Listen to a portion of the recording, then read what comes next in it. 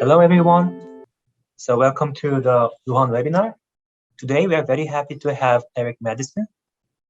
Eric is a professor of economics at the New York University. His research focuses on microeconomic theory with a special focuses on incentive contracting, dynamic games, and industrial organization. His research has been published in leading academic journals, including American Economic Review and Review of Economic Studies. Today, he's going to give a talk of his paper, Insider Imitation. So Eric, you have 90 minutes, including all the Q&A session. And right now the floor is yours. Please go ahead. Great. Thank you so much. I'm really honored to be given the invitation, the opportunity to give this talk. This is work with a co-author of mine, Nikhil Velodi, who is at the Paris School of Economics. So this talk is going to be about competition on digital marketplaces. And it starts out with the observation that many very important digital marketplaces are vertically integrated. So I'm going to go through kind of a few examples that we think of as fitting some of the kind of key assumptions of the model. And I'll go through these kind of several times during the introduction as we kind of talk about different elements of competition on digital marketplaces that are relevant. So one very important example, in fact, the one that kind of spurred Nikhil and I to work on this project was the observation that Amazon, while a dominant marketplace for third-party products in many parts of the world, actually not in China, but in the United States and much of Western Europe, is additionally becoming a major seller of private label products, under labels like the Amazon Basics line, but also a number of others on its own marketplace. Additionally, both OS developers as well as phone producers run their own mobile app stores that provide access to third-party developers of apps for the operating system. But of course, because they also control the OS, then they can introduce their own integrated features onto the phone. And as a third example, Google's a search platform. Its main business model is by selling ads for sponsored search results. But it also provides upstream services. For instance, it sells ad analytics to advertisers to kind of give them a sense of how to target their advertising. So, all of these are very important parts of the modern economy, and all of these involve digital marketplaces that are vertically integrated to some extent. Now, one easy observation about these marketplaces is that the transactions on these marketplaces generate large amounts of data that have been giving increasing attention as ways for these platforms to exploit in order to make money. Amazon gets to see detailed data on the volume of sales of all the products on it, as well as other things like customer loyalty, so how frequently customers return to reorder particular products. App stores get to track both raw download counts, as well as a lot of usage statistics, given that the developer of the operating system gets to track everything that's happening on the system. And then Google, of course, gets to track things like click-through rates for ads. So it gets to see kind of how successful the advertising campaigns run by advertisers on its platform are. And what practice has become sort of an increasing focus of antitrust concern, both in the US and in the EU, is the possibility that vertically integrated marketplaces are going to be able to use this data to advantage their upstream products in some way. So Amazon both can and in fact does target the introduction of new private label products based on what third-party products are selling well and other things like what products people are frequently searching for, that sort of thing. Phone and OS producers can identify popular apps and then choose to integrate those apps as OS features. And then Google can identify successful targeting strategies, for instance, which demographics tend to click on which sort of ads, and bring those to its ad analytics division to sort of sell that data to competing ad buyers. And this is not just a hypothetical. So this is an excerpt from an EU or a European Commission announcement that they were beginning to investigate Amazon for potential antitrust breaches. And one of the behaviors that they highlighted was this systematic reliance on non-public business data of independent sellers in order to inform its own retail business. And this particular announcement is a little bit of old news by now, back in November 2020, but actually just in the spring of this year, they moved from a sort of statement of objections into actually announcing that they were opening a formal antitrust investigation about this. So this is still sort of new ongoing work, or sort of a ongoing practice on this topic.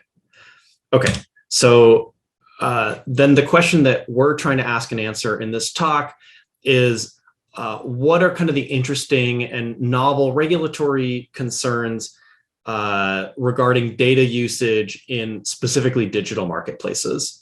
And I think that the first question that always has to be kind of overcome when thinking about this topic is that while data usage is sort of a hot topic right now, and while the internet has produced a lot of new data, this isn't a practice that's confined specifically to digital platforms. Physical retailers have some of the same attributes. So they've been partly vertically integrated since the 1870s, when I think in the US, Macy's was sort of generally recognized as the first retailer to produce its own private label brands. And it's widely recognized that these physical retailers both have access to and use the data on what's selling in their stores in order to introduce their own private label products. So, there's some, the basic idea of using data is certainly not novel, or is not relevant specifically to digital platforms. So I think the first question to answer here is, what's sort of interesting about digital platforms? Why might we think that antitrust concern is warranted on digital contexts when it isn't in these traditional physical contexts? And our focus and what we're going to build a model around today is the idea that there are barriers to experimentation that are much lower for digital platforms than they are for physical retailers. So one basic fact about at least large physical retailers, for instance, Walmart in the United States, is that these retailers have policies of carrying only established products that have proven track records of sales. For instance, if you look up, there's a lot of advice on the internet about how to get picked up as a supplier to Walmart's physical stores. And the advice that they're given is things like, Walmart should not constitute more than 30% of your total sales. Walmart doesn't like to have suppliers that are over-reliant on it for their business.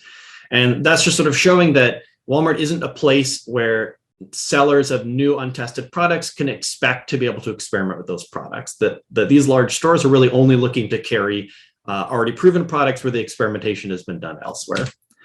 By contrast, digital marketplaces are broadly accessible to new untested products. This is so much so that Amazon has gotten in some trouble for things like carrying fake or counterfeit or stolen products, precisely because there are so few barriers to listing products on its platform. And the same is true for Google ad sales and for mobile app platforms. And so what the kind of a perspective we're going to take on digital platforms as opposed to traditional physical retailers is we're going to think about them as a novel venue for experimentation with new products where the demand for those products is uncertain. And so the potential antitrust concern here, and what we're going to be kind of investigating in this project, is when and whether marketplace data usage might reduce the returns to experimentation with new untested products, and how that passes through to the potential suppression of important innovation on these platforms. So that's going to be the kind of focus that we're going to have in this talk. And so it's kind of concretely what we're going to build a model of, and what we're going to answer formally with this model is, how would regulation of marketplace data usage by a vertically integrated platform impact innovation and welfare? And Eric, the key is, oh, yes, please. Sorry, can I ask one question? Of course. This kind of, especially in the digital marketplace, the kind of the product with very like high sales, kind of like a public knowledge. I mean, because you have a lot of third-party kind of information sources where you can find out for each particular product category, which products have a higher sales, or within the platform, you can have those sales ranks. Like this kind of is public information. Why we only care about this particular for the platform itself? Yeah. Yeah, so our perspective is that while there is a large amount of, or not a large amount, there is some public information about what's doing well, that there's additional private information on top of that that is advantageously kind of accessible only to the platform. So, for instance, in the case of Amazon, there have been a number of anecdotes of retailers, of third-party sellers on Amazon who have complained that after a couple years of strong sales on Amazon's platform, Amazon introduced a private label competitor and took a lot of the business away from these third-party sellers. And this indicates sort of at least one of two possibilities. One is that Amazon was better able to learn than other third-party imitators about the success of these products. The other possibility is that there might have been other third-party imitators, but they didn't have the same kind of trust and brand value of Amazon. And so mostly the concern was that Amazon's private label products are sort of special. It's competition from them that's really concerning to third-party sellers, and not so much competition from other imitators. So we're kind of agnostic. Oh no, sorry, go on. Yeah, I think if really the product sold by Amazon is like have some brand value to the consumer, then that will be another story, because it kind of gave consumer additional utility, even though it's like an imitator, right? Mm-hmm. So yeah. So we're sort of agnostic on which of those two forces are sort of the reason why imitation or exploitation by a platform might kind of suppress innovation. Now, what will be important is that there has to be a tool for policymakers to do something about it. If it were purely the case that Amazon's private label products are better than everyone else, and so they're the only imitators that matter, regulating data usage wouldn't really matter, because Amazon can just look at things like public sales rank and reviews and things like that. But I guess our view, and we're theorists, so we're not particularly close to the practice on this, but our kind of gut intuition on this is that, yeah, you can look at things like reviews and sales ranks, and that gives you a sense of part of the picture, right? Like some broad measure of popularity. But within that, there might be things like return rates or reorder frequency, like customer acquisition costs, like how much you have to advertise to get new customers, things like this that are all going to play into what we're going to just call demand in our model, but would really be more like the profitability of this particular niche. And those are things that we think very reasonably the platform might have preferential access to. For instance, Amazon does get to see who's paying for sponsored search results and how many of those sponsored search results result in new customers, how many times those customers purchase, all those kind of things. And that's the sort of thing that simply looking at reviews for a product wouldn't let you learn about. So we are going to take the view that this data does kind of help the platform to more effectively exploit existing products on the platform. And hopefully I've provided some convincing reasons why that might be the case. But that is going to be important for our model. And Eric, one quick question, and sorry, yeah. I cut off for a minute, so I'm not sure if I missed this. Are you talking about seller information, buyer information, or both? Okay, good. So we're sort of talking about a mix, to the extent that we're talking about things like, return rates and reorder frequencies. Some of that is, you might consider that to be customer data, but the side of the market that we're going to be focused on is how the use of this data is going to affect seller behavior. So there aren't really going to be interesting strategic consumer decisions that are being made in this model. So even though there might be data related to what consumers are doing, we're going to think about how that's going to affect the kind of sell side and not the buy side. Okay, good. Yeah. Okay, sorry. Oh, okay. So this is G from Luohan Academy. So I have one question. Okay. So recently there's some news saying that Amazon probably will have some kind of a settlement with the EU regulators. So basically Amazon will provide those private information to third-party sellers. So my question is that if this will happen, so basically Amazon gave some private information to those third-party sellers. But how can those third-party sellers take advantage of this kind of information? Because as you said, for those third-party sellers, they are very small, and they do not have kind of big data analysis tools to do those kind of things. Yeah. Yeah. So that's an interesting. Okay, it's very fair. Okay, because Amazon already provide a bunch of big data. So, but still, I think it's not right. Okay. Yeah. Right. So that's sort of an interesting proposal.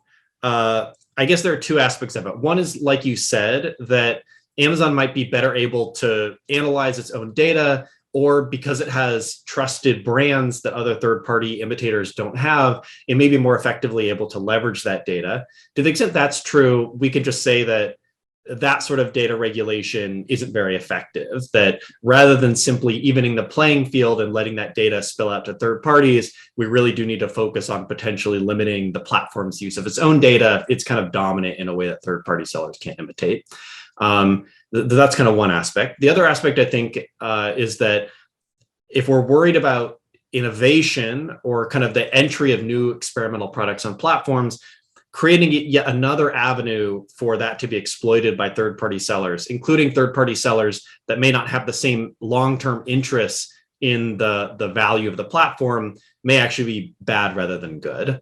And I'll come back at the end of this talk, if I have time, and talk a little bit about divestment, which has been another proposal that's been floated for what to do about this vertical integration problem. And we'll see exactly that happening. The divestment will be bad for innovation for exactly that reason. So my general hunch is that that sort of proposal won't fix the problem that we're looking at here, and might even make it worse. But I'd have to think a little bit more about that. Okay, thank you. Okay, good. So we're going to answer this question using one key assumption about essentially the commitment power of the platform. And what we're going to assume is that the marketplace is going to get to use data strategically, in the sense that it's going to design a data usage policy, anticipating the impact of that data usage policy on innovation on the platform. And so it's going to internalize and trade off the benefits of third-party exploration on its platform, because it likes having product diversity, both because it collects fees and because it attracts consumers to the platform, versus the advantages to it of exploiting that exploration for its own benefit. And so we're going to force regulation to serve a role beyond simply solving a holdup problem, that it's not going to be the case that regulation is going to be good just because it helps the platform to commit not to use the data. Maybe that is a reason why you might want regulation if there really is a commitment problem. But we're going to kind of take as a benchmark that the platform can solve that commitment problem for itself by developing a reputation.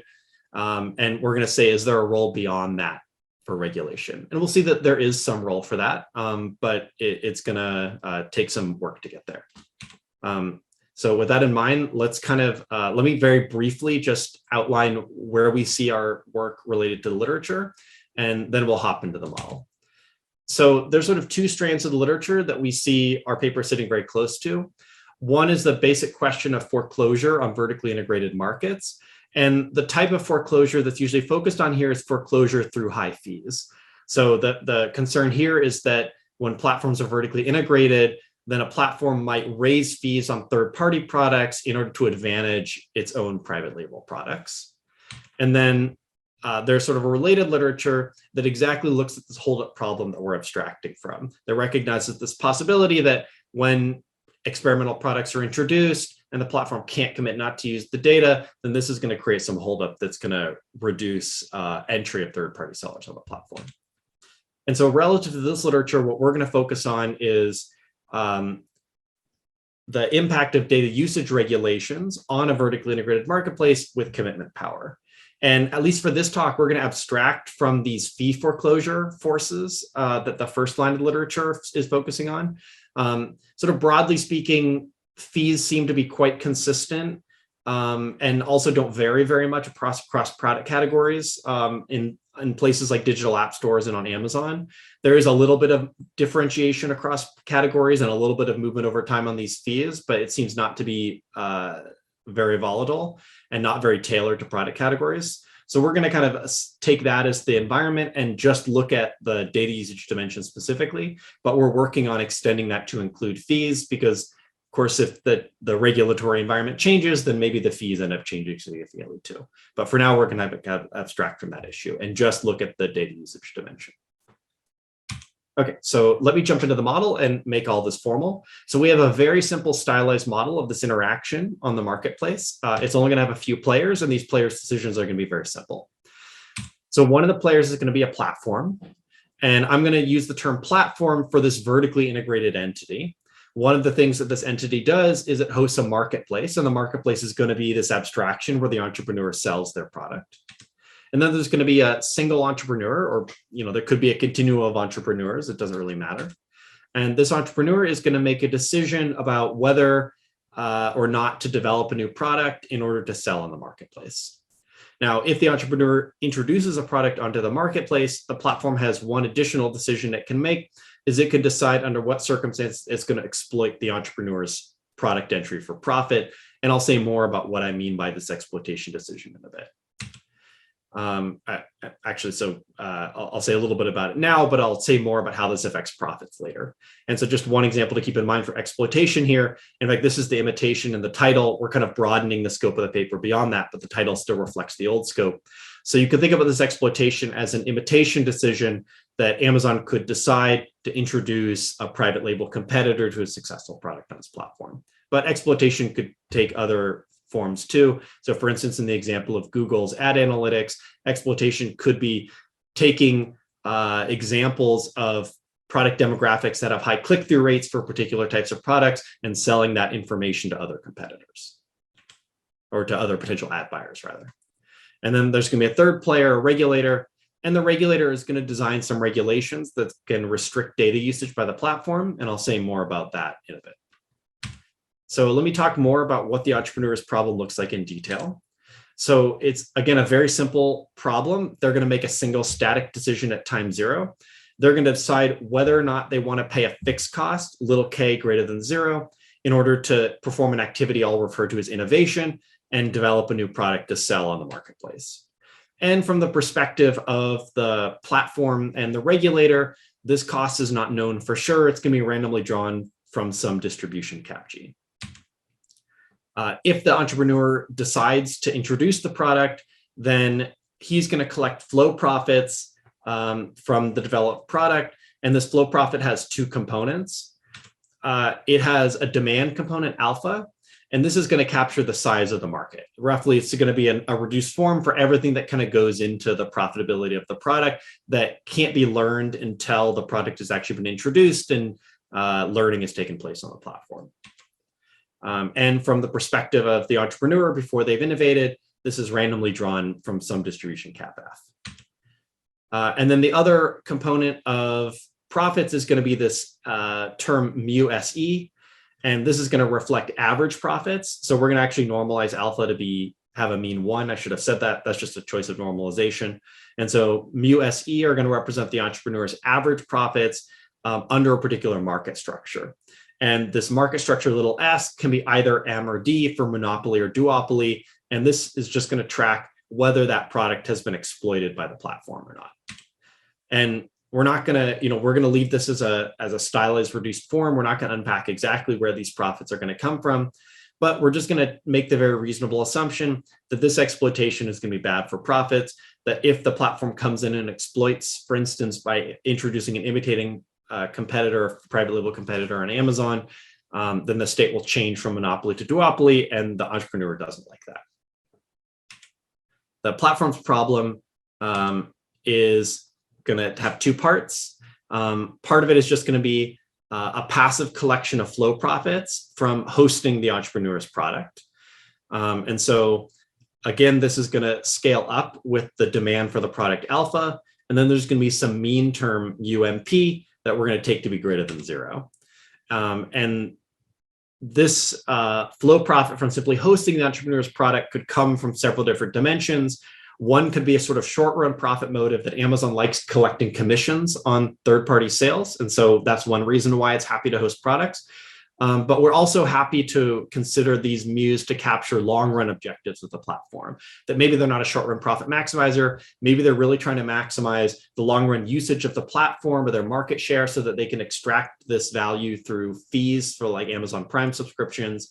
And that can all be put in there, that there's just some value to the platform that accrues from hosting a diverse variety of products. One small question. Yeah. For that parameter mu sub e, I'm thinking that since we haven't touched marginal cost yet, you write the last line, you notice that mu super D is smaller than mu super M. Well, this is reasonable at this moment, but if we're thinking about two different industries, one with a smaller marginal cost, well, in that occasion, smaller marginal cost might induce a higher marginal profit. In that condition, even though this industry with smaller marginal cost is a duopoly, well, the mu sub E in a duopoly case might be still larger than the counterpart in the monopoly case, right? Yeah, so if I understand your question correctly, that's exactly right. That this comparison can't be made across industries. That we have to be fixing a particular product or product category and thinking about the impact on that. Yeah. So and then all of these will have to be kind of calibrated category by category. Yeah. Otherwise, yeah, you can't make any clean comparisons like that. I agree. Yeah, and also here a follow-up point is that here you do not consider the platform competition, right? If there's a many platform, then I, as a platform, introduce new product may augment the demand for my kind of platform overall. So there are going to be a demand augmenting effect. So even the third-party seller can benefit from my Yeah, good. That's right. And in fact, there's a lot of evidence in physical retailers that private label products are sort of part of the reason that customers come to particular grocery stores or other types of shops, and that can actually be sort of a positive effect for sellers. So there's some kind of like general equilibrium phenomenon here, which is that sellers kind of like private label products in general because they increase the customer base on the platform, but you don't like your particular product being imitated because that's going to take profits away from you. So we're going to take kind of a micro view here that yeah, there's some positive externality on other on other products, but kind of on net, if the platform decides to exploit more aggressively, then that's going to be bad for you because the externalities of the larger market are kind of outweighed by the competition on you. It'll be kind of interesting to think about an environment where those externalities are sort of so strong that you actually like being exploited because it means everyone else is being exploited, which means that there's a great market and you're happy. And we're kind of taking the view here that on net for individual sellers who are exploited, that externality is overwhelmed by just the stealing of your business, basically. Otherwise, there's sort of no conflict and the data usage is just unambiguously good. But we think about that as not being globally true across all the environments that data is being used in. And otherwise, there wouldn't be any real antitrust concerns around this. Okay, good. Right, so the kind of passive decision of the platform is just to host the product and to collect fees from it or to benefit from the hosting in some abstract way. And then the active decision that the platform makes is when to exploit the entrepreneur's product. So this is something I can only do if the product is actually on the platform. So we're taking entrepreneurs as having this special ability to experiment. The platform can't experiment. All it can do is exploit the results of that experimentation. If it decides to exploit, it's going to pay some exploitation cost, KP. You can think about this, for instance, as the setup cost of setting up a factory to produce this competing product. And once it pays this cost, its flow profits are going to increase from mu MP to mu DP, where mu DP is greater than mu MP. And here you can think about this increase in profits as coming again from several dimensions. These could be increased short-run profits from just capturing more of the market for yourself rather than just making fees on third-party sales. But this could also be a sort of long-run customer base effect where customers like your products, they're low cost and high quality. And so you get more customers to come to your platform. And that means that you can charge them even more for Prime, or you get more in total revenue from Prime subscriptions. So we're kind of taking a very stylized reduced form view about where these are coming from. But we think it's very natural to assume that one way or another, the platform benefits ex post from this exploitation decision. Okay, so the timeline, just stringing this all together into the dynamics of the model. So the entrepreneur is going to draw some private fixed cost K that it observes. It's then going to make a decision about whether to innovate or exit. If it exits, the game ends and everyone gets to pay off normalized to zero. If it innovates, then it actually introduces the product onto the marketplace. And then we're going to kind of abstract from the dynamics of learning here and keep it very simple, that immediately after the product is introduced, this demand state alpha is realized and it's going to be observed by the platform in the absence of any sort of regulation. The entrepreneur is then going to sell its product over an infinite continuous time horizon. People are going to be discounting at a common rate. That's not going to play any role here. And the platform is going to choose an exploitation time cap T that could either be some positive time or could be never. And at time cap T, the platform pays its exploitation cost and the market structure is going to switch from monopoly to duopoly forever. So again, very simple, very stylized, not a lot of dynamics here, no dynamic choices about entry or exit, but it's going to have enough moving parts to allow us to say some interesting things about data usage. Okay, so that's going to be kind of the timeline at which players take actions ex post. But as I mentioned in the intro, we're going to allow the platform to make a commitment ex ante to a particular exploitation policy. And formally, all this means is it's going to commit to a mapping from the demand state alpha to the exploitation time cap T of alpha. And this is going to happen basically at a stage 0 before the timeline that I showed on the previous slide begins. And after that exploitation policy is committed to, the entrepreneur gets to observe it, and then it makes this decision ex post about whether to innovate or not. And so just reiterating what I had said before, this commitment power allows the platform to actually internalize the impact of exploitation on innovation so it can solve the holdup problem for itself. And regulation, if it's beneficial, won't be beneficial for solving a holdup problem. It will have to be beneficial for some other reason. Now, also for this talk, we're going to hold the fee structure fixed. So these mu's are not going to move around depending on what the regulator's policy is. And so, you can think about this as things like platform pricing, what the fee structures are not going to respond to regulation. Now, while that's kind of reasonable from a backward-looking perspective, that Amazon, for instance, hasn't changed its fee structure very much, even as it's dramatically introduced the number of private label goods it's selling, there's nothing to say that won't continue to be true if a regulation is changed. So we're going to take this as looking at one piece of the puzzle for now to really understand how these regulations are going to affect exploitation decisions. And we're now kind of working on how that's going to affect endogenous fee decisions. And we have a little to say about that already, but I'll kind of defer that until the end of the talk if I have time. Okay, so now let's talk a little bit about what a data regulation looks like. So I'm just going to do a little bit of formality here. This is just to give a sense of the concepts. We'll look at, in practice in this talk, we'll be looking at pretty simple data regulations that won't use all this structure, but this is just to help fix ideas. So what the regulator can do is it can impose a data privacy policy that restricts the platform's choice of T in some way. Now, not all restrictions on T are naturally interpretable as relating to data privacy. For instance, if the platform simply restricted, or if the regulator simply restricted the platform not to be able to exploit before time T greater than or equal to 0 or greater than or equal to T0, in a context like Amazon, where exploitation involves the introduction of an imitation product, this can just be interpreted as a traditional patent. And so we're not going to give the regulator the power to do arbitrary policies. We're going to assume that regulations like physical patents are going to be unenforceable, and that only data usage might be regulated. For instance, product categories and features may be difficult to protect with a patent. Patents might be too specific to effectively prevent exploitation. And if you think about the context of something like Google ad sales, less tangible products like consumer demographics, like what you've learned about consumers from an ad campaign, are going to be even less easily patentable. So we're going to focus on privacy policies, which are not going to be arbitrary restrictions of the mapping from alpha to T, but instead they're going to look like a filtration. So formally, a data privacy policy is just going to be a filtration of the underlying probability space that's going to be supporting alpha. And so you could think about script FT as representing the platform's time T knowledge about alpha. And it's a filtration. So once the platform gets access to some information about alpha, that data can't be taken away again.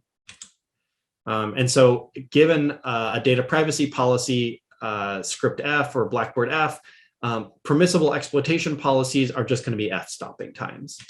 So informally, the platform is only going to be able to condition on the data that's observable at the time of exploitation in a very natural way.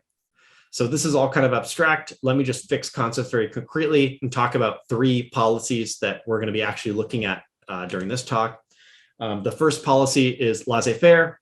So this is going to be the policy in which at every time t, the platform actually just gets to observe alpha. So there's no restriction on data usage at all. And so here the filtration is just the Lebesgue sigma algebra on R+. And so this is just saying any policy cap T is permissible, just subject to measurability.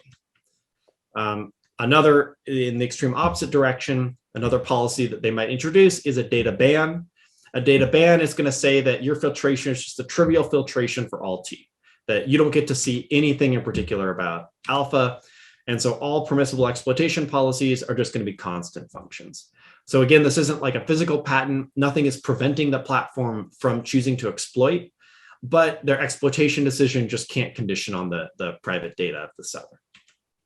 So and then, oh yes. Mm-hmm. So if the regulation policy under discussion is modeled by optimal stopping time or optimal time for exploitation, then I'm thinking that actually the platform, the way that the platform exploits its third-party sellers is like this. So the third-party sellers, well, actually is testing its product whether it is popular among the consumers. If one kind of commodity or one category doesn't suit for the current market, then the seller is going to abandon it and then choose.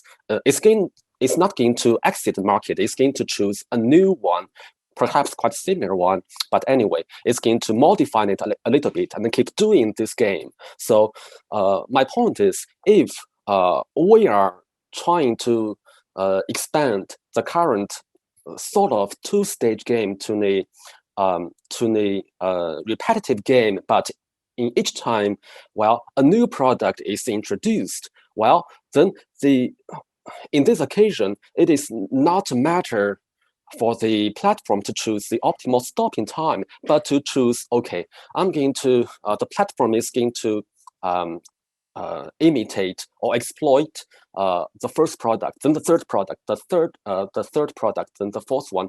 Well, the game is going to keep going on. So it seems like there's no optimal stopping time for that. Yeah, I mean, I think there's a lot of interesting dynamics that you could introduce into this model. For instance, a dynamic product choice by the entrepreneur, like you said, and also gradual learning, for instance, about alpha could be another natural thing to put in. You can think about this as a very reduced form where all of the dynamics that you've said kind of happen very quickly, at time zero in the limit. And the entrepreneur has sort of found its optimal product that has the maximum demand or kind of the maximum profitability and demand. And then after that, the platform decides whether it wants to exploit that particular product. And it kind of ignores everything else that's happened before because those were all kind of suboptimal things to exploit. Now, in reality, maybe this occurs more slowly, and there might be a non-trivial trade-off that the platform is going to make about how long to let exploration happen. A classic kind of one-person exploitation kind of decision. That's not about the externalities on the entrepreneur. And we're kind of abstracting from all of those to just focus on this kind of novel dimension of how aggressive exploitation is going to affect innovation.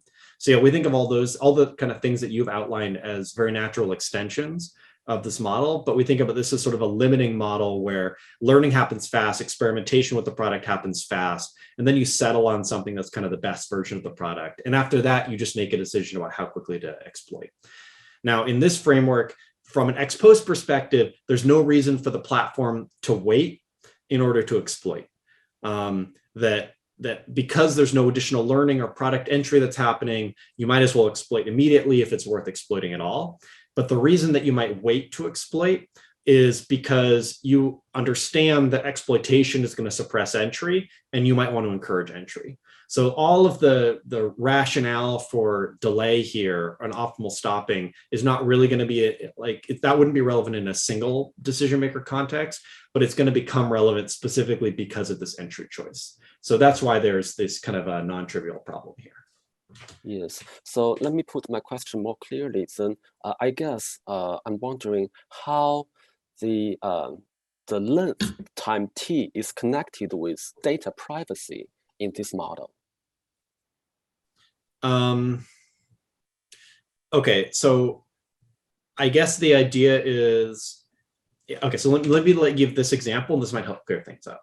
So in these two first examples, the data privacy regulations were very extreme. Either you had no data privacy at all, or you had complete data privacy and you just can't see anything. And there you can choose any cap T you want, but you just can't condition that cap T on alpha. And there is still going to be a trade-off about the optimal cap T, because you're going to trade off kind of innovation on the platform versus your ability to exploit it. And we'll see it a little bit later how that trade-off resolves for the platform. But here's a way that a data regulation can impact, or a data privacy can kind of impact the feasible data policies or exploitation policies the platform can make. So something that I'll talk about later in the talk is a data patent. And the data patent is going to say, before time dt, you're going to be able to, the platform can see nothing. They can't condition on alpha at all. But once time dt is passed, now they can see alpha and condition on it exactly.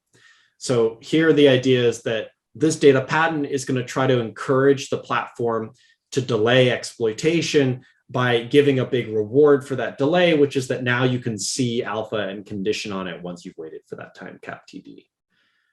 So does that help to answer your question? And we'll see a lot more. Like, I'm going to show you guys how these data policies do in fact impact the optimal choice of T. We're just not there yet.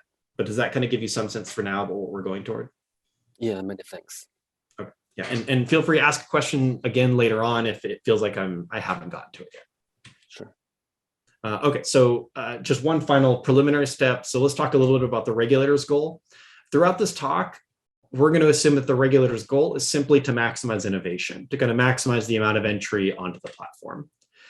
There are two reasons to think about this. One is just that regulatory discussions about platform conduct have really been kind of focused on this question about kind of fairness to third-party sellers and suppression of competition on these platforms.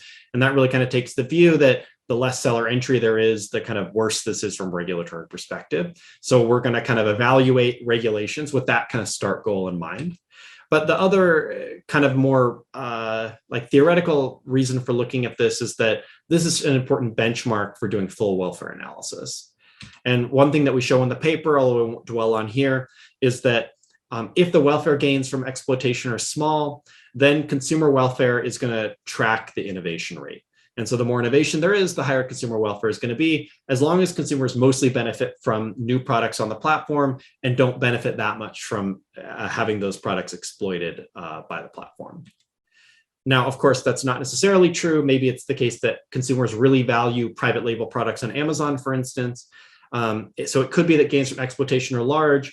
And actually, one conclusion of that is that the regulator could actually prefer to suppress innovation in that environment. So our results can be used to analyze those environments.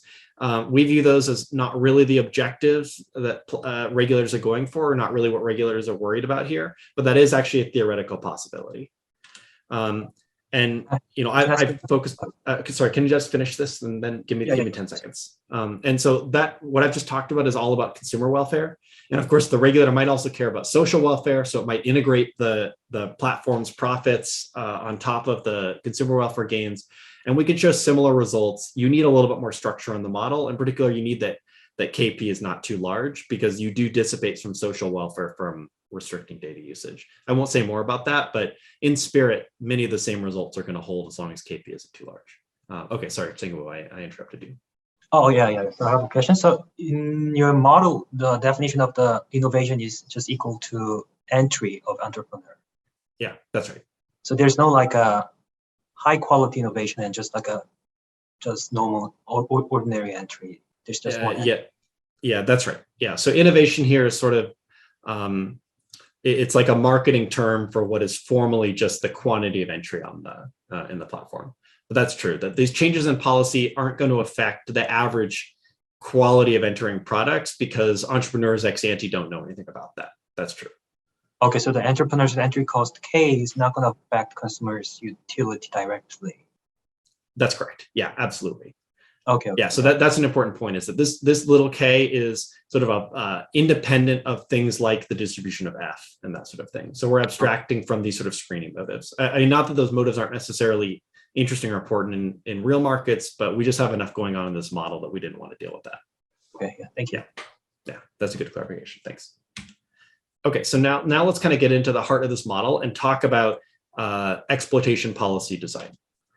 So now we're just going to think about, given a particular data privacy policy or data privacy regime, the platform has to design its exploitation policy CAP-T. And we can break this problem up into two components. One is going to be a high-level trade-off between innovation and exploitation. So, roughly speaking, the platform is just going to get to choose how much innovation is going to happen on a marketplace. And because of the payoff structure here, given a particular exploitation policy, that's going to induce an innovation threshold that I'll denote by kappa, that is going to designate the maximum cost an entrepreneur is willing to pay to enter. And so the higher kappa is, the more innovation happens on the platform, because the more entrepreneurs are willing to take the risk of trying out a new product and seeing what happens. Now, the second component of this problem, which is going to be kind of like the inner loop of a two-stage optimization, is that the platform is going to tailor its exploitation to demand. So this inner loop of the optimization problem is going to fix a quantity of innovation capital or kappa that the platform would like to target. And then it's going to design CAP-T to optimally implement kappa within the constraints of data privacy. So I'm going to start on the inside first. I'm going to hold kappa fixed, and I'm going to talk about how to optimize the exploitation given this kappa. And then we'll come back to the outer loop and we'll actually talk about the kind of headline variable, which is how much innovation is going to happen. So let's talk about this inner loop first. So think about this as a cost minimization problem, that kappa is basically your quantity of output, and T is going to pin down the cost of generating that amount of output. So the platform's profits under this exploitation policy are just going to be the quantity of entrepreneurs entering. This is just a constant for now because we're holding kappa fixed, times the profit per entrepreneur. This is going to be the monopoly platform profits that they're going to collect as long as they haven't exploited the entrepreneur. And then when they choose to exploit the entrepreneur, their profits are going to increase. Delta mu P is just the difference between delta DP and delta MP. And this is a positive number. So the platform likes exploitation. Now, how much it's going to gain from exploitation is going to depend on both how quickly it exploits, as well as in what demand states it exploits. And it's going to pay a cost for exploitation. Remember that KP is the fixed cost of exploitation, and it's going to pay that cost depending on how often it exploits. Now, one thing that's really important here is that there's a key difference between this term here. I'm sorry, I missed some expectations here. There should be expectations outside of these, that these should expect over uncertainty in alpha. Sorry about that. So this term here is sort of the expected demand state in which exploitation takes place. And this is just the total expected amount of exploitation that takes place. And so exploitation is going to affect the fixed cost versus the demand or versus the increase in flow profits differently. And that trade-off is going to be key for this part of the problem. And here the expectation has made its appearance. Okay, so now we're going to optimize this subject to the constraint that kappa has to in fact be the marginal entrepreneur's indifference point. So if kappa is how much they pay to enter, then they're going to collect some monopoly profits, and then eventually they're going to drop from the monopoly the duopoly profits. So this delta mu E is actually negative. And how much that drops is going to depend on both how quickly they're exploited, as well as in what demand states they're exploited. Okay. And so this participation constraint actually pins down this quantity. And so this is kind of independent of what the data regime is, that you need this expectation here to satisfy this equation. Okay, so actually when we're trying to optimize this function subject to this constraint, this is actually a constant because it's pinned down by this constraint. So we really just want to minimize this quantity here. So I'm sorry, so these expectations are fading in and out. I did some last minute changes to the slide that didn't all make it through. So this expected quantity of exploitation, we're going to minimize that subject to the participation constraint. And of course, subject to this requirement that T actually be an F stopping time. So building in whatever limitations on T we have under the data regime. Now, I'm not going to solve this problem in general because that's kind of a hard problem to solve without knowing more about the structure of the filtration, but I'm just going to use a little bit of notation for what follows. So once the platform has minimized its cost under these constraints, there's going to be some optimal policy. I'll write that T star. And there's also going to be a Lagrange multiplier on the participation constraint, and I'll write those as lambda star. And of course, the details of these are going to depend in important ways on the data privacy policy. When we come back and look at concrete policies, I'll solve this problem and tell you more about what these look like. Okay, but for now, there's just some cost minimization problem that we've solved. And so the idea is that we want to, given that we're stealing a certain amount of business from the entrepreneur, we want to kind of minimize how often we're actually doing the business stealing because the platform wants to pay that fixed cost as little as possible. And that trade-off is going to determine the optimal policy. Okay, so now we can go to the outer loop. So now we've optimized our exploitation policy given kappa. And now we want to come back and we want to optimize over kappa. This is going to be the key decision that the platform makes about how much innovation to permit or to induce on the platform. So coming back to the profit function before, I'm going to write it in a slightly different way. So again, this is the quantity of entrepreneurs who enter times the profit per entrepreneur. That profit has two components. One is going to be these sort of monopoly profits that are going to be collected just from hosting the entrepreneur sales. And then there's going to be this additional term, which remember is just the gains that the platform gets from exploitation. But we can write these gains in a very particular way. That's going to be helpful for what follows. This term here is actually the total profits of the marginal entrant. So if the marginal entrant pays kappa and then is never exploited, then this is the amount of profits it's going to get. And the platform is going to basically turn those entrepreneur profits into platform profits. And this variable lambda is a conversion rate. So this is a conversion rate of entrepreneur profits into platform profits. So this lambda is basically saying, okay, if we're going to steal profits from the entrepreneur through exploitation, then at what rate does that stealing actually convert into platform profits? And well, the denominator here is basically the cost to the entrepreneur from additional exploitation, and the numerator is the benefit to the platform from this additional exploitation. And so the idea is that this basically indicates how efficiently the platform can convert the entrepreneur's profits into its own profits through exploitation. Now, the key thing here is that because of this KP here, this conversion rate is not constant in alpha. And then in fact, it's easy to see that it's increasing in alpha. So the higher alpha is, the more efficiently the platform can steal entrepreneur profits through exploitation. And the idea here is just that as you pay the fixed cost less, that's kind of the drag on this conversion. As the market is bigger, then the fixed costs become a less important component of that. And so you can steal profits more efficiently. Now, then the other key component here is, okay, well, what is the kind of benchmark demand state at which we're calculating the conversion rate? And it turns out that it is exactly what I'm going to call the average exploited demand.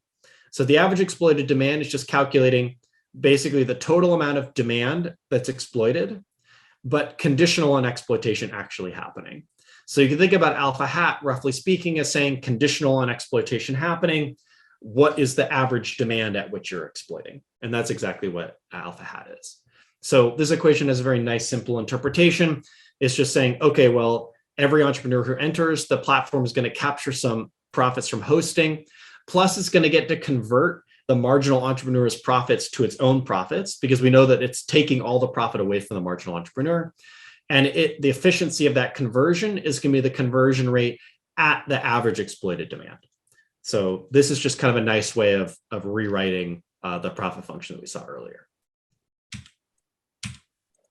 One small question. Well, that's very nice, but if we think about the conversion rate, the capital lambda of alpha, well, since it's an increasing function of the market size, which is alpha, then what's in my mind is the conversion rate should be stable no matter whether the market is large or small, right? So it's a little weird if it's changing according to the size of the size of the demand. So how do we interpret this? I think your intuition would be correct if we didn't have this fixed cost KP here, because then it would just be the case that as you exploit faster, you're going to take this delta mu E away from the entrepreneur, and then you're going to get delta mu P, and that conversion rate isn't going to depend on how big the market is. But the key here is that because the platform pays a fixed cost of exploiting, and that fixed cost is independent of the size of the market, that's going to be a drag on its ability to turn the entrepreneur's profits into its own profits. And that drag is going to diminish the larger the market is. So that's actually like all the whole reason that data is actually useful here is because of this KP. That if there were no KP here, the alphas would cancel out. It actually wouldn't matter whether you're exploiting in large or small markets, and data policy wouldn't play a role. So yeah, it's a good point that it's a little subtle why this lambda is non-constant. And it really is just about minimizing the payment of this fixed cost of exploitation. That's going to be kind of the key variable for the platform. Thank you. Yeah, and so I guess I'll spoil something that's going to happen in 5 minutes. But if you're looking at the unregulated problem, so the platform can freely use its data, then what's going to happen is it will exploit immediately in high demand states, and it won't exploit at all in low demand states. So you're going to get this bang bang structure. And that's exactly because of this increasing conversion rate here. And so it's exactly that it wants to concentrate the fixed costs in very large markets, so it has to pay lower fixed costs overall. And we'll come back and see that in a second. Okay, so now we have this profit function. Now we need to take a first order condition. So it takes some doing to calculate this derivative and to write it in an interpretable form. So I've just done that for you. So the optimal conversion threshold, which I'll call K star, is going to satisfy this first order condition. And the left side of the first order condition looks exactly what we saw before. This is the per entrepreneur profit here. The right side is going to be what's new. This right side comes from taking a derivative of this interior here. It's going to turn out to still look like a conversion rate, but a conversion rate evaluated at a different demand state. And this demand state is going to be alpha star. You can actually calculate it. It's going to be a function of the Lagrange multiplier. I won't say much more about that given the constraints of the talk. But this alpha star is going to be less than alpha hat. So remember, alpha hat was the average exploited demand. Alpha star is going to be a quantity I'm going to call the marginal exploited demand. So this first order condition, it does natural balancing. The right-hand side is going to be the increased profits from additional exploitation of existing entrants. So if you exploit a little more, then you're going to get to convert some more of their profits into your own profits. That conversion rate is going to happen at some marginal exploited demand state. And the left-hand side is just going to say, well, if you exploit more, then you're going to suppress a little bit of entry. Well, everything in red is what you would have gotten from that entry that you're now losing. And so those are decreased profits. So you can think about this as these are marginal losses from exploitation, and these are inframarginal gains, and the marginal losses and inframarginal gains should be balanced. Okay, so that's all very nicely interpretable. This is a little mysterious because I haven't shown you guys the steps, but we won't need to know that much about it for the headline results here. Okay, so what's really important here to learn from this first order condition is that there's this distinction between exploiting new and existing entrants.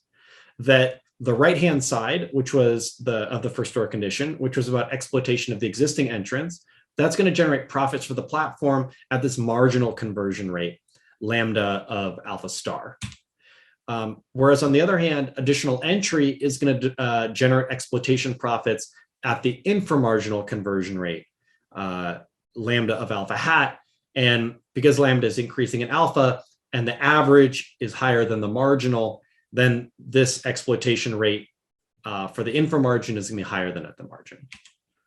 And why am I emphasizing this so much? It's because when we ask about what the impact of a data privacy regulation is, that's going to turn out to affect innovation entirely through their impact on these two rates. So alpha star and alpha hat are both going to change when you introduce a data privacy regulation. And that is going to completely affect, that's going to determine how kappa star changes through that first order condition. Okay, so one thing that is nice that we can say without knowing anything about the particular form of the data policy, just for, if you impose a data privacy policy, this is going to happen directionally speaking. So if you restrict data usage through a policy, so you go from laissez-faire to any other data usage policy, then that's going to reduce the average exploited demand. So remember that the average exploited demand is just this ratio of the total exploited demand versus the fraction of the time that exploitation is happening. The numerator is actually pinned down by the participation constraint independent of the data regulation. So you can put on whatever data regulation you want, and this quantity is not going to move at all because you have to fix that at a particular level to hit your kappa. But when you're restricting the allowable exploitation policies, remember that this denominator was determined by a cost minimization problem, that we were minimizing this subject to constraints. Well, when you put restrictions on data usage, that's putting new constraints on the problem. So this is going to rise because now you're minimizing under additional constraints. So your minimized value is going to rise. And so alpha hat is going to fall. So your average exploited demand is going to fall with data regulation. And that is very natural, right? That if you can't tailor to demand as much, then whatever your average demand that you're exploiting in is going to have to fall. And so this force is going to reduce the profitability of exploiting new entrants, and it's going to push toward reducing innovation. And so we can see that already that there's one reason to be wary about any kind of data regulation is that this force is actually going to push against the desired result, which we've assumed is going to be increasing innovation, that this force is going to tend to decrease innovation, just because you're not able to exploit entrants as efficiently, and so you don't care to have as many of them. But of course, there's another effect, which is this marginal exploited demand. And that's actually going to be where all the action is and where things are going to get subtle. So the net effect of regulation is going to have to balance this force, which is always going to be directionally the same no matter what the regulation is, against the effect on the marginal exploited demand. And now we're going to have to choose some specific data policies in order to see what direction that force goes in and whether it can overcome this force. So let's just briefly talk about, so we're going to have to compare how this alpha star is going to change between regimes. So let me just do a couple slides on what happens under laissez-faire so we can see how this alpha star is going to change. So laissez-faire is just going to say there's no data regulation at all. As I foreshadowed, what that means is that all the exploitation is going to be concentrated on high demand states. So there's going to be this bang-bang structure where you're going to exploit immediately if the demand is high enough, and you're never going to exploit if demand is low. And don't worry about the Lagrange multiplier. And under this exploitation policy, the average exploited demand is going to be greater than 1, because if you exploit it equally in all demand states, then you would just get the average exploited demand is equal to the average demand, which is 1. But now we get to concentrate on high states, so that's going to push up the average exploited demand. And what this alpha star is just completely pinned down by the marginal entrepreneur's participation constraint. So there's just some implicit equation that is going to determine this that you can calculate given kappa. And this is just happening because the conversion rate is rising in alpha. So the platform benefits from, sorry, there shouldn't be an R there, get rid of that. The platform is going to benefit from concentrating all its conversion in high demand states. And I won't, that bullet point is just a technicality, so we won't worry about that. Okay, so now let's start talking about concrete data policies. So let's talk about the kind of simplest and most obvious one, which is a blanket data ban. So remember that what a complete data ban does is it says the filtration that's available to the platform is the trivial filtration And so any cap t that's chosen is going to be a constant function. So it can't condition on alpha at all. So easy result here is that there's some t star star that just doesn't depend on alpha. And the interesting part of this lemma is this line under here, which is that under this exploitation policy, the average exploited demand and the marginal exploited demand are both equal to each other, and they're both equal to 1.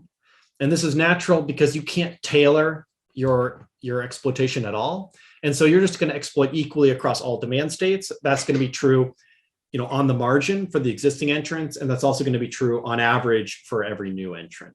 And so those are both going to be equal to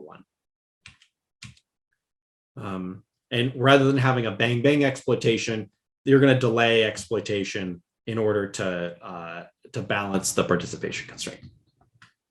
Okay, so now we can start to do some comparison between the laissez-faire regime and data ban.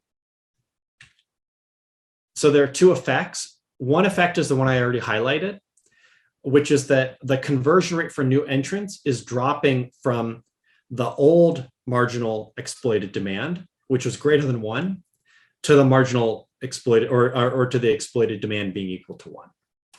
And as I mentioned before, that drop in this conversion rate is going to make entry less attractive for the platform, and it's going to tend to reduce the amount of innovation that's happening. It's going to be happier to suppress that entry because it's not converting their profits as efficiently.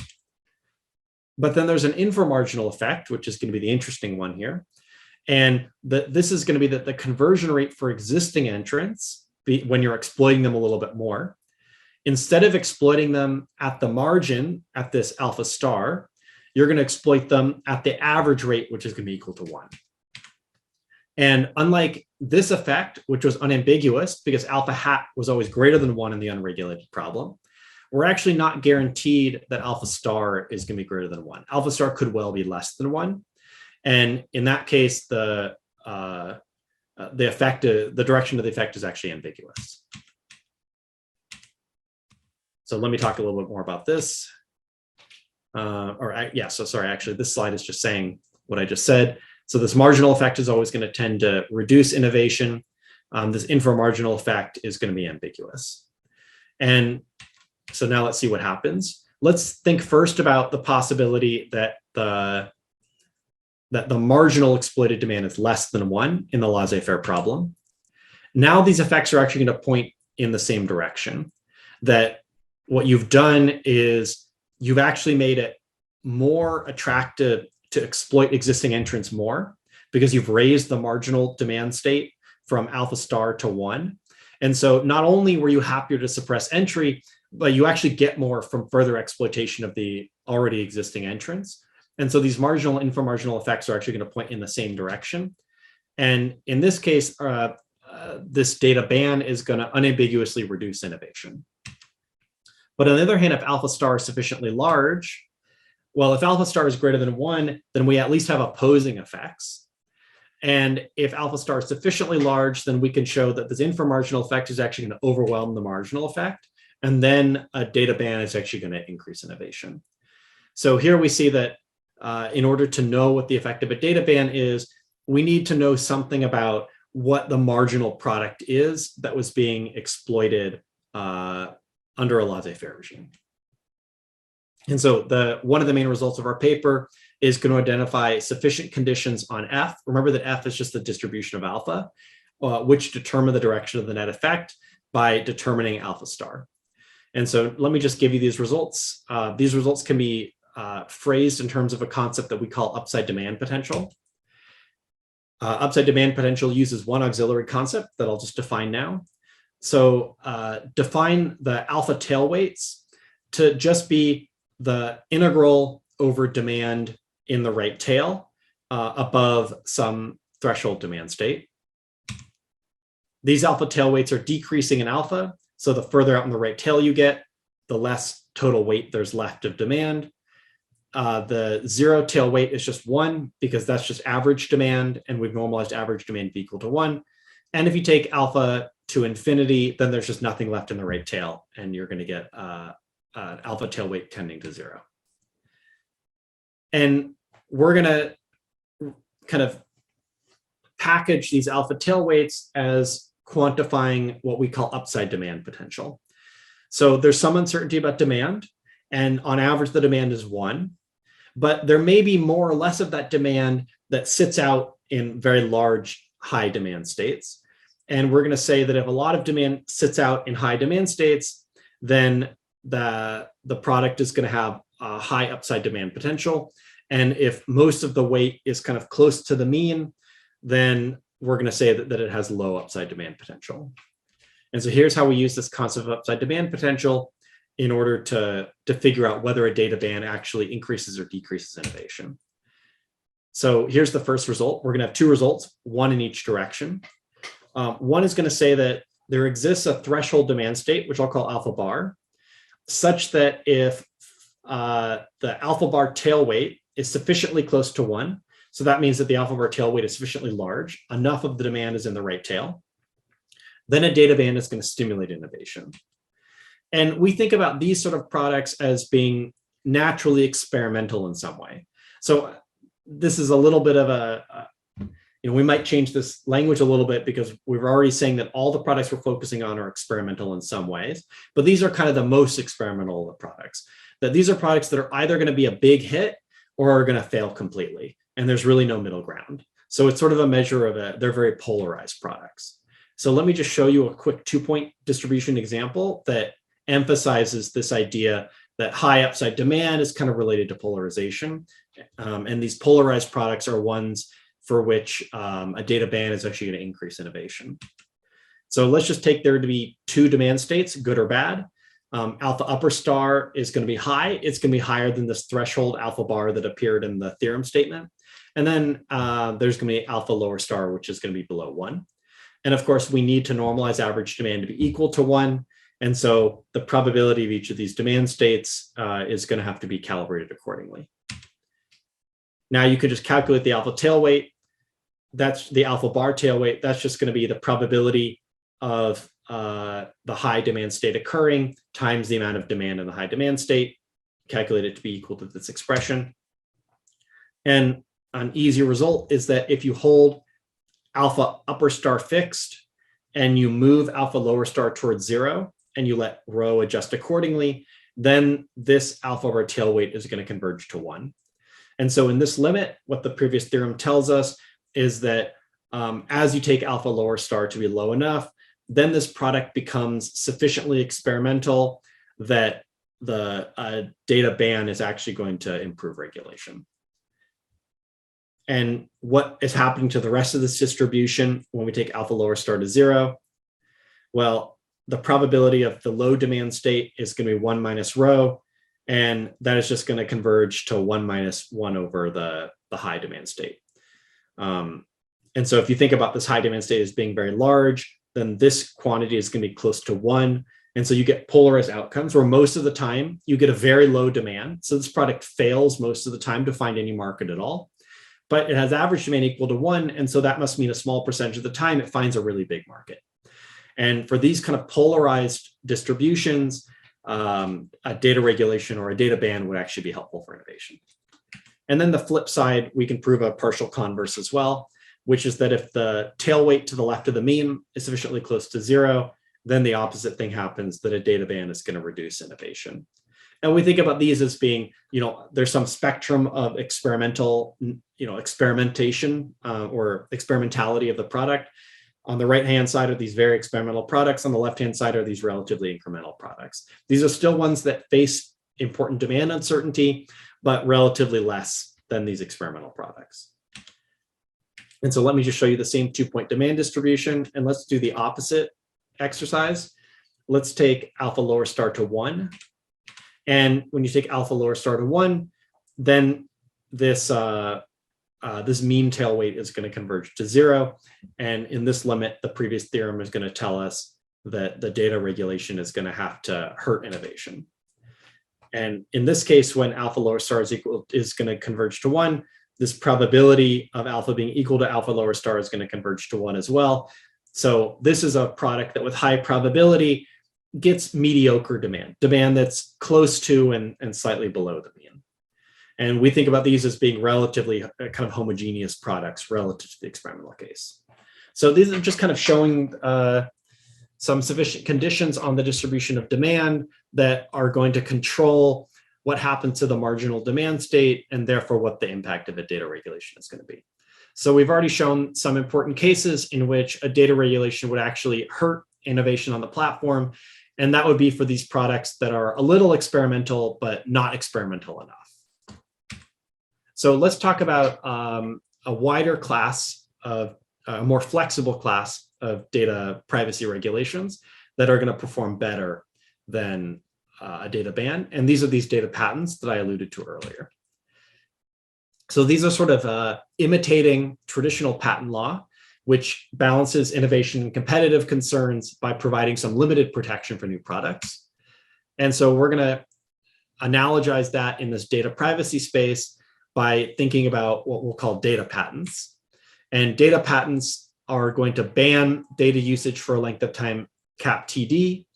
And then after that, this data is going to become available and the platform is going to be able to use that.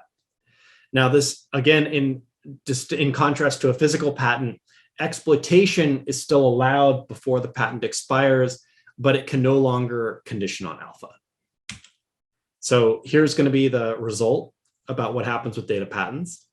So there's going to be a kind of critical patent length, T bar D, such that if the patent length is shorter than T bar D, then the platform is optimally going to wait until TD to exploit. And by optimally wait, I mean that at the optimal kappa, at kappa star, it's going to choose a kappa star that's low enough that it can induce that kappa star by waiting until TD and then exploiting at time TD using tailoring based on the demand state. And on the other hand, if TD is greater than T bar D, then the data patent is sort of too long and the platform doesn't want to wait to gain access to the data. The platform is going to exploit prior to TD. And in this regime, a data patent is identical to a complete data ban. That the fact that you could have eventually gained access to the data isn't helpful to you because you're actually choosing in practice to exploit sooner than that. And so under this regime, you don't get anything by allowing eventual access to the data. But if the data patent is short enough, then you definitely do gain access. And one basic fact that we can show about these data patents is that the optimal innovation threshold kappa star is going to drop discontinuously as TD rises past T bar D. So if you choose TD equal to T bar D, then you're going to have some amount of innovation. If you make the data patent even a little bit longer, then the amount of innovation that the platform is going to induce is going to drop discontinuously. And so one immediate outcome of this proposition is that data bans are always outperformed by some data patent, at least if you can calibrate that data patent to a particular market. That if instead of choosing a data ban, you choose a data patent whose length is equal to T bar D, well, now you've just stimulated additional innovation. And so that's always preferable given the regulator's objective versus a blanket data ban. Now, the more subtle question is, so, okay, that if you're going to do some kind of data regulation, a patent outperforms a ban, but that doesn't necessarily guarantee it. Oh, sorry, can I ask you a question? Can you go back to the slide? Yeah. So, if TD is bigger than TD bar, upper bar, it's going to be same as the data ban. But if the TD is smaller than, it's going to increase innovation regardless of the experimental, whether the product is experimental or incremental? Yeah, that's correct. Okay. Yeah, I mean, of course, this is, T bar D is going to depend on F. So it's not going to be the case that there's a uniform T bar D for which that's true for all F. But it's like if you give me an F, I can give you a T bar D at which you'll get more innovation. So that's sort of the order of quantifiers here. Okay, yeah, because I remember that you just said that innovation is going to increase only when the product category is sufficiently experimental. from total ban to from laissez-faire to total ban. Yeah, that's right. And so that's sort of saying, if you fix the data privacy policy, then there are only some products that are going to benefit from it. But here we're kind of playing the opposite exercise. If you fix the F, you fix the product, and now you can tailor the data policy. Now you can do better by tailoring the data policy to the product. I think that's kind of what's saying. That's what I'm saying here. There wasn't any, it wasn't interesting to talk about that when we had a fixed data policy, but now we're being flexible with our data policy. Okay. Yeah. Okay. Thank you. Yeah. No, that's an important distinction. Yeah. So this should definitely say kind of given a fixed F, there exists a T bar D, because definitely this is going to depend on F. Okay, good. Right. So this is saying that if you were going to impose a data ban, there's something that you can do that's better than a data ban. But that doesn't necessarily guarantee that regulation is better than no regulation. That it could have been that the data ban was actually hurting innovation, that we were in this incremental product category. And then even if the data patent outperforms it, there's no guarantee necessarily that it outperforms a laissez-faire outcome. But actually, we can derive mild conditions under which it does. These conditions aren't vacuous, that we can construct. It's actually very hard to construct counterexamples. You almost need a counterexample that has like a 2-point demand distribution. So for continuous distributions, it's very, very difficult to actually, in fact, we weren't able to construct a counterexample with continuous demand, but it's not a completely vacuous condition. But anyway, so there's some hazard rate regularity condition on F, which is mild, and I'm not going to show it to you. But under this hazard rate regularity condition, innovation is actually going to be maximized at a data patent length equal to T bar D. So what this is saying is that if you look at kappa star as a function of TD, then kappa star is actually going to be increasing in TD all the way up to T bar D. And so that guarantees, because TD equals 0 is just a laissez-faire outcome, that's kind of the vacuous data patent, then what this is saying is that immediate implication is not only can a data patent do better than laissez-faire, but actually you want to extend the data patent as long as you can without inducing this sort of immediate imitation. And so, okay, I'm not telling you much about the regularity condition. What I will tell you is that we don't know of, we did a lot of numerical experimentation. We don't know of any, nice continuous distributions that violate it. And in particular, we can show analytically that log normal, uniform, Pareto, and gamma distributions, with their mean normalized to 1 are all regular. So these are all nice natural categories of 1 parameter distribution families that all have this property. So this is just kind of trying to demonstrate via example that there may actually be some broad applicability of data regulations, with the important caveat that you can tailor these data regulations kind of category by category. But that even though data bans tend to not perform particularly well, if you can tailor the data privacy restrictions, then you can actually increase innovation across a wide range of products. And one thing that we're working on is can you say something about sort of optimal data privacy regulation? We have a hunch actually that we think data patents may be the best that you can do, but we haven't pinned that down yet. So we won't show you results about that. But that's sort of an interesting next question. We'll be doing kind of completely general data privacy design if you can tailor as much as you want. Okay, so let me actually just say one other thing. So I've been focusing on innovation here and not talking about welfare, but there's one other welfare reason to like data patents. And that's actually because you increase the welfare gains from exploitation. So what a short data patent is doing is it's inducing the platform to delay exploitation until it gains access to demand data. And that allows it to tailor its exploitation. And that's good for social welfare, because if you can tailor exploitation, you incur your fixed cost KP in fewer demand states. And so you pay less overall for the exploitation. If a regulator is trying to maximize social welfare, then it cares about that. And so, of course, there might be a welfare effect embedded in the change in innovation, which is what we've been focusing on so far. But this ability to tailor is going to have a positive welfare effect versus the benchmark of a data ban, even above and beyond its impact on innovation. And so we think about good data patent design as really killing two birds with one stone. One is it preserves these welfare advantages of data usage while also minimizing the negative effects of innovation. So this is just kind of a sidebar. If all you care about is innovation, this slide doesn't add anything. But if you care about social welfare, then there's this wasteful expenditure of exploitation costs that you are going to get rid of if you move from a data ban to a data patent. So we think that's another nice property. Okay, so I have 5 minutes left roughly. So let me just spend these 5 minutes talking about one other kind of applied kind of consideration that we think is like a cool little corollary of our analysis. So let's talk about divestment. So a popular proposed remedy for these vertically integrated platform abuses is forced divestment. That you would break up the platform into separate marketplace and product companies. So for instance, Amazon could be forced in principle to spin off its Amazon Basics and private label divisions into a third-party company and retain only its sort of marketplace and fulfillment divisions.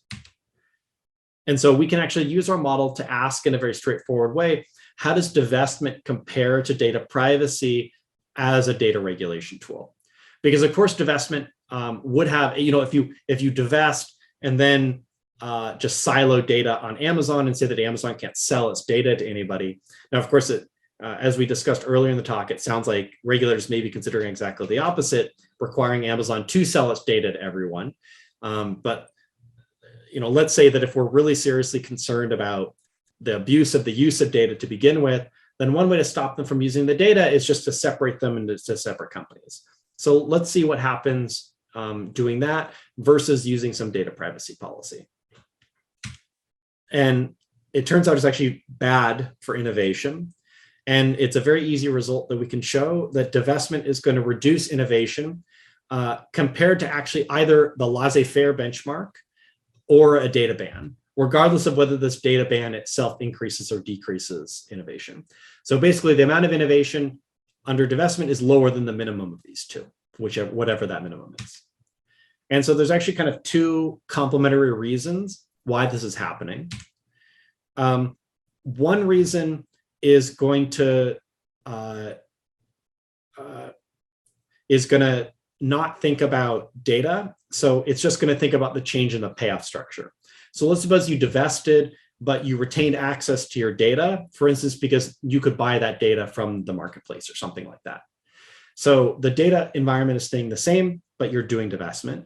Well, what this divestment is doing is it's getting rid of this mu-MP the platform was previously collecting from hosting the sale of the product. And that mu-MP was softening the incentives to exploit because that exploitation was suppressing entry and that entry was generating that mu-MP that the platform liked.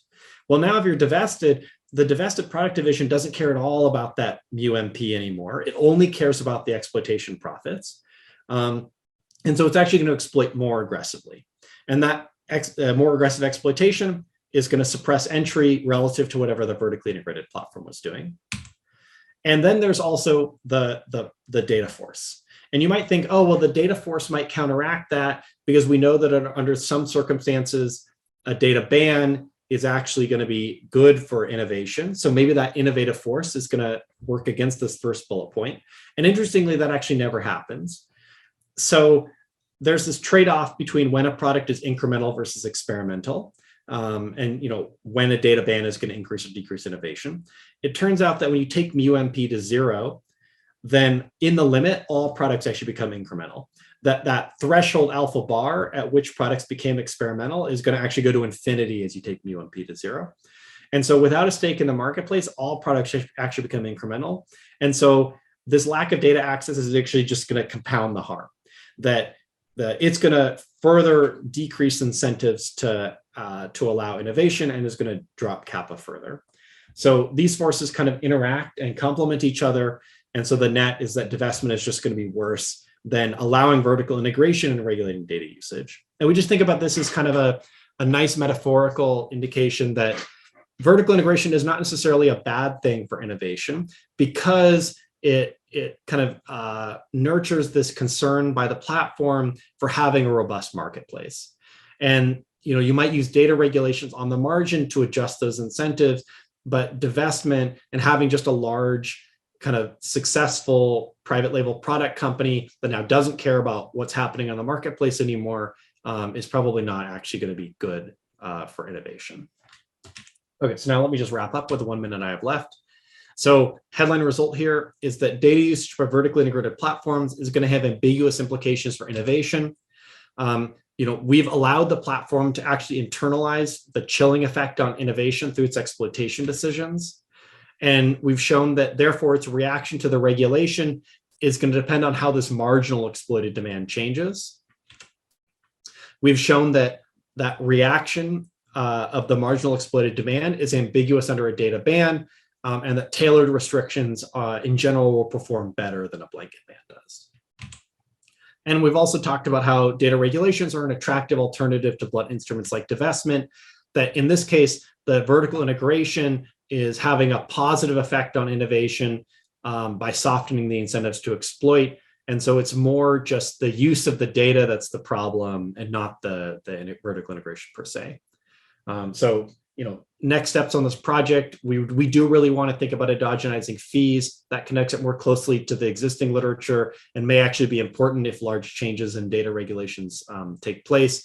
And so we want to understand a little bit better the interaction between data usage and fee setting as kind of a natural next step. And then there are all these other extensions around kind of more richer dynamic exploration decisions by firms, potentially changing products over time.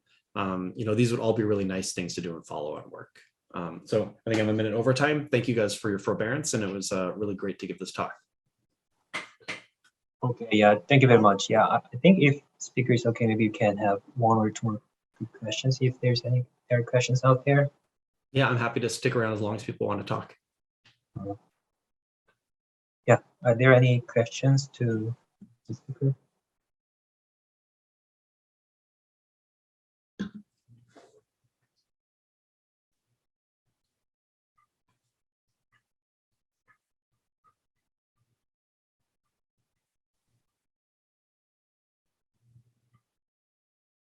Yeah, seems like yeah, there's no question. The people already asked the question in the middle of the presentation, so maybe. Yep. Yeah, that's totally fine. And Okay. if anyone thinks of anything offline or has any suggestions for work that we haven't covered, then please email me. I'd be happy to talk more offline. Okay. Yeah. Thank you very much. Yeah, it was great talk. Yeah. Thank you again for having me. Yeah. Bye bye.